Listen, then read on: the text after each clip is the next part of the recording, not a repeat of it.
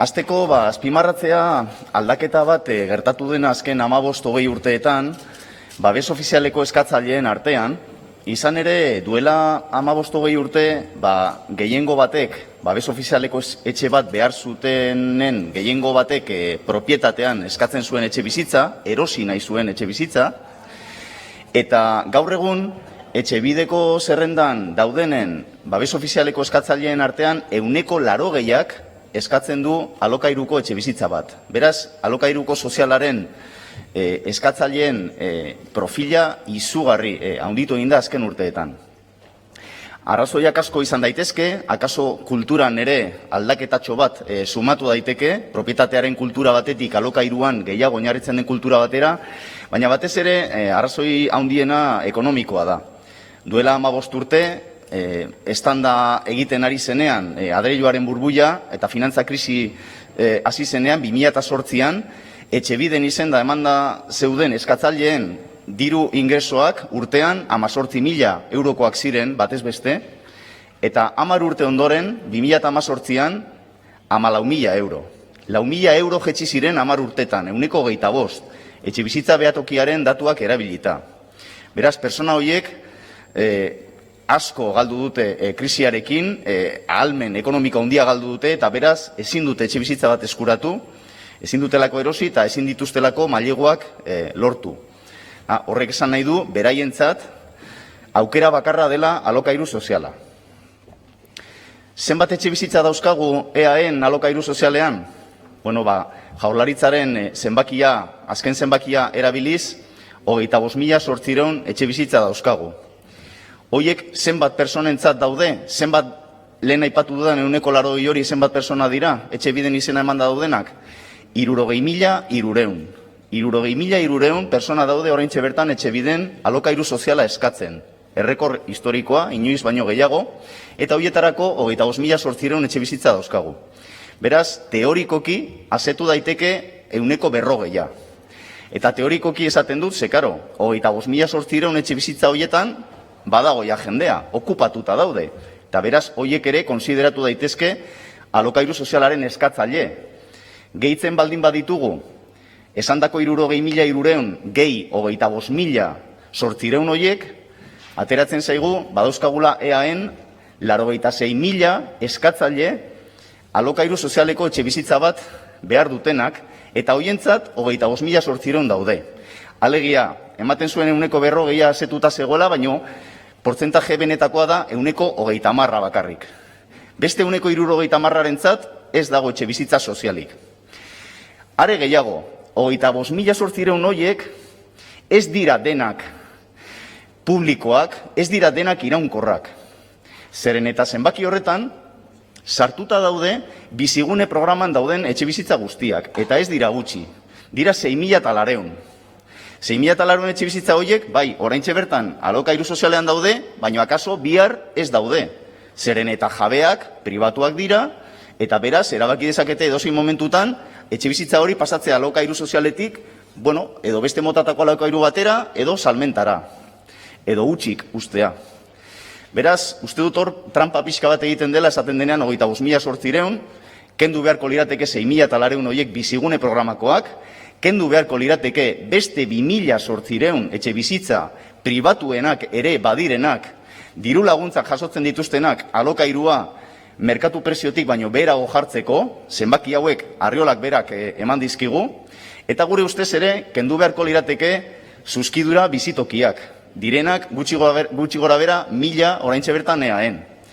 Egia da, funtzio bat daukatela, baina ez dira alokairu iraunkorreko etxe bizitza sozialak. Beraz, hiru zenbaki horiek batuta, ikusten dugu nola 10.000 etxe bizitza kendu beharko liratekela gure ustez zenbat alokairu sozialeko etxe bizitza dauzkagun parke publikoan. 25.800 ken 10.000, 15.800.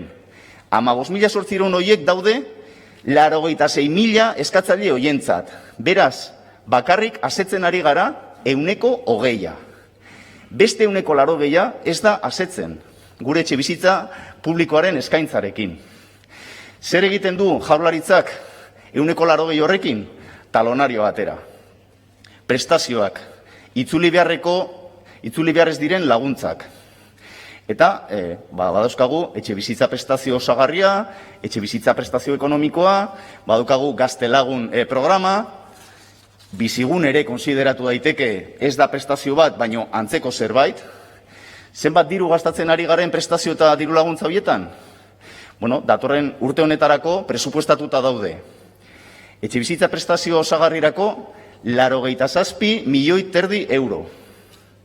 Etxe bizitza prestazio ekonomikorako 5 milioi euro. Gaztelagun programarako 8 milioi euro. Hiru horiek batuta 100 milioi euroz ari gara, prestazioetan doazenak. Eta bizilagun programarako beste 35 milioi euro daude presupuestatuta. Beraz, 135 milioi euro gastatzen ditugu urtero, itzuli behar ez diren diru laguntzetan eta prestazioetan. Diru hori maizterren eskuetara doa, baino automatikoki doa jabeen eskuetara. Beraz, ari gara trasbasatzen diru publikoa esku pribatuetara, eta gure ustez, Jaurlaritza gehiegi oinarritzen ari da bere etxebizitza politika prestazioen sistema honetan. Bihurtzen ari da hau estrukturalegia.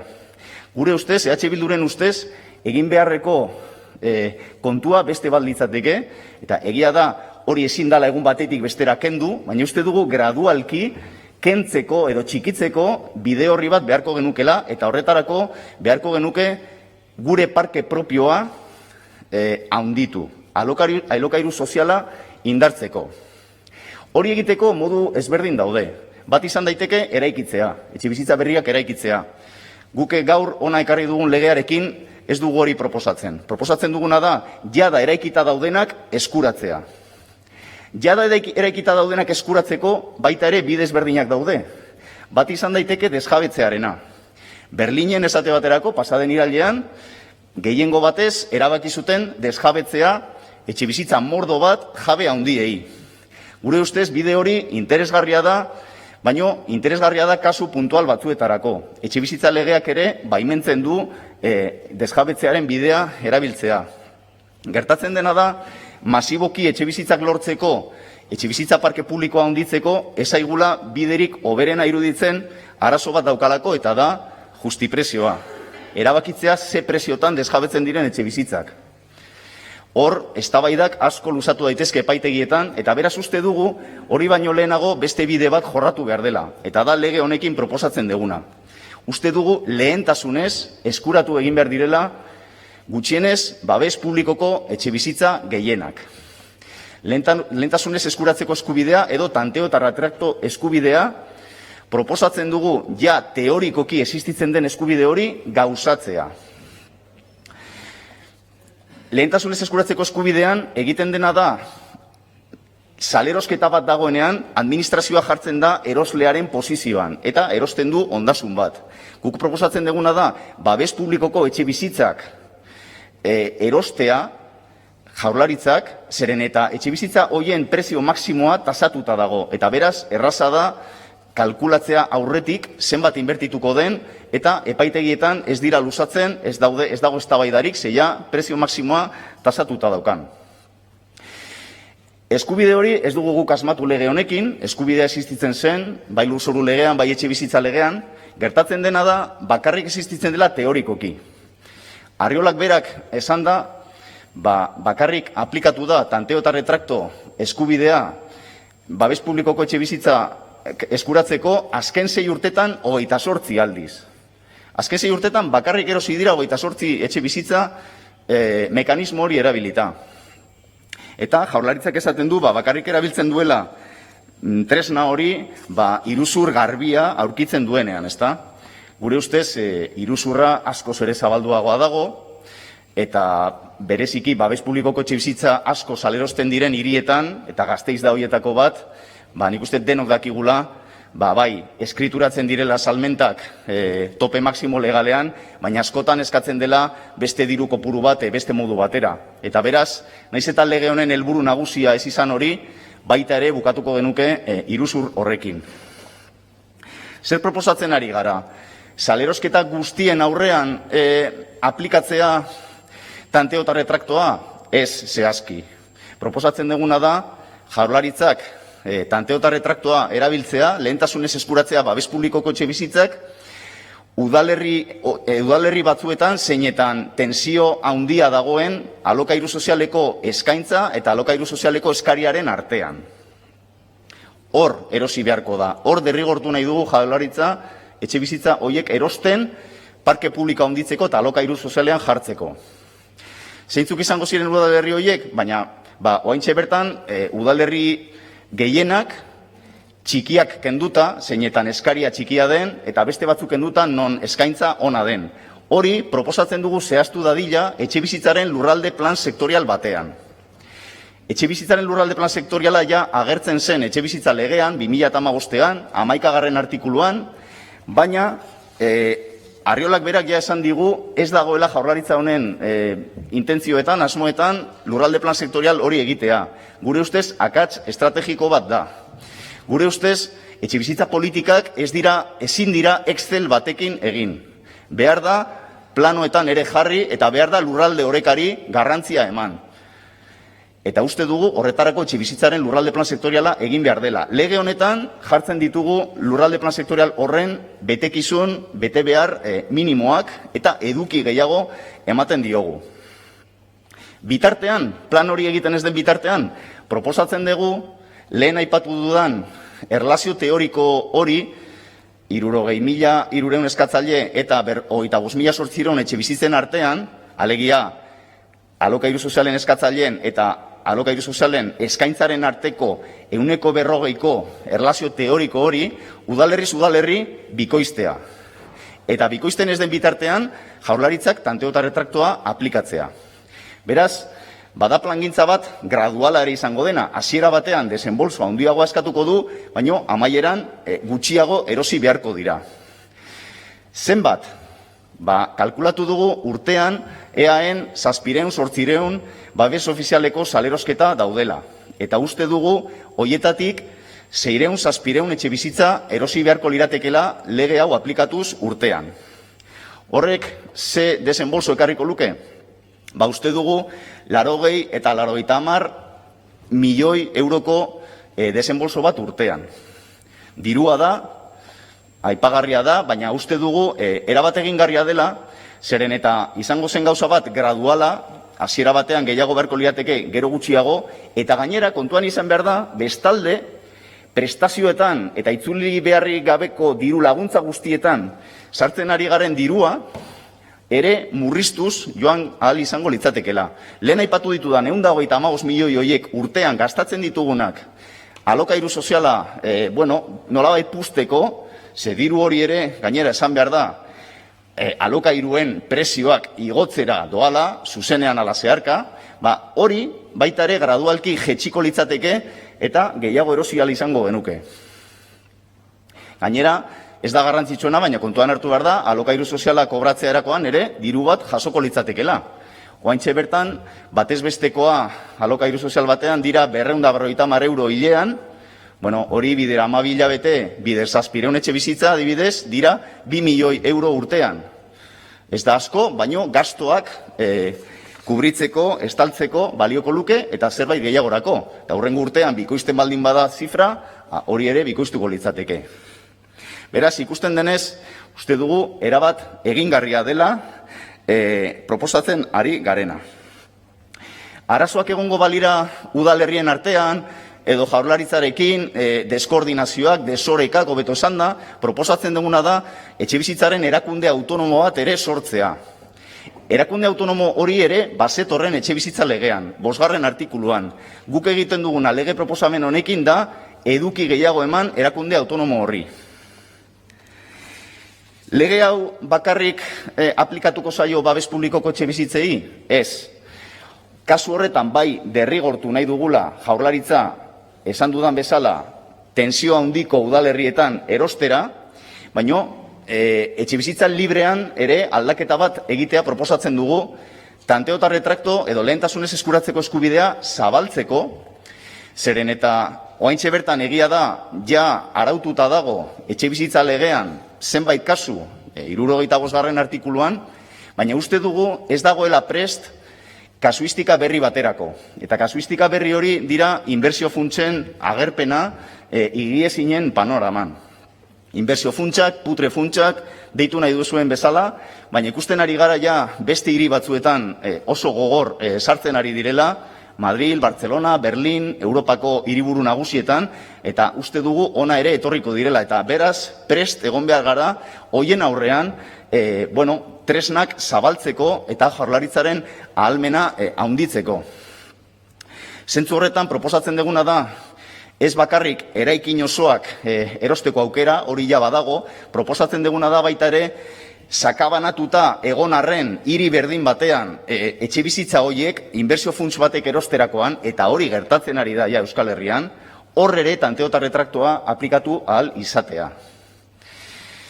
Putre funtsak daude Euskal Herrian, inbertsio funtsak daude Euskal Herrian. Bueno, ez daude Madrilen eta Bartzelonan bezala, baina 3 kasu aipatuko ditut. Donostian, 2016an, Bentaberrin, Testa izeneko sozimi batek, Blackstone funtsaren parte dena, erosi zituen 500 etxe bizitza. 4 urte ondoren, 2020an, Donostian ere bai, beste funts batek, Azorak, erosi zuen inmobiliaria bat, inmobiliaria Baskongada. Horrek bazeuzkan etxe bizitzak sakabanatuta hiri osoan zehar, 320 etxe bizitza. Eta Gasteizen ere, 2020an bertan, beraz oso adibide azken urtekoak dira, beste funts batek, Katelak, erosi zituen 500 etxe bizitza Salburuan eta Zabalganan. 3 kasu horietan bakarrik esku hartu izan balu Jaurlaritzak, gure alokairu sozialeko parke publikoa handituko litzateke 6%. Eta Azoraren kasuan adibidez, Donostiko kasu horretan, etxe bizitzak sakabanatuta daudenez, uste dugu orain arte, oraintxe bertan indarrean dagoen legeriak ez liokeela eskumenik emango Jaurlaritzari tanteo eta retraktoa aplikatzeko. Gure ustez, gaur ekarri dugun legearekin hori posible litzateke. Eta ez da tontakeri bat, ze funts hori ari da igotzen alokairuak 133 bertako maizterrei. Eta horietako batzuk ezin izan dute ordaintzen jarraitu, eta ja badauzkate kaleratzeak datarekin, data zehatzekin. Zer ari da Jaurlaritza egiten? Beste alde batera begiratzen. Eta uste dugu, hau aplikatuko balitz, gaur ona ekarri dugun legea aplikatuko balitz, etxe bizitza horiek pasako lirateke parke publikora, eta beraz alokairuen prezioak blindatuta egongo lirateke. Bai, igoerak izango zituzten, akaso IPC-arekin batera, baino ez, 133ko igoerak urte batetik bestera funts hauek proposatzen duten moduan. Gaur ezezkoa bozkatuko zaio lege honi, baina gure ustez garrantzitsua da erakusten ari garela EH Bildutik alternatiba bat daukagula etxebizitzaren alorrean, eta uste dugu ezezkoa botatuko zaiola funtsean etxebizitza politikan aldaketa sakon bat ekartzen duelako. Zeren eta orain badaukagu sistema bat oinarrituta prestazioetan eta itzuli beharreko, ez beharreko diru laguntzetan, eta guk honekin proposatzen duguna, lege honekin proposatzen duguna da, pasatzea beste sistema batera, zeinetan garrantzi gehiena hartuko duen etxebizitza parke publikoa handitzea, zertarako alokairu sozialean jartzeko etxebizitza horiek blindatuta egongo liratekeenak eta kontrolatuta erakunde publikoetatik. Beraz, gure ustez, gaur proposatzen duguna da, benetan pauso garrantzitsu bat, bermatzeko herritarrek daukaten eta aitortua daukaten etxe bizitzarako eskubidea modu erreal batean.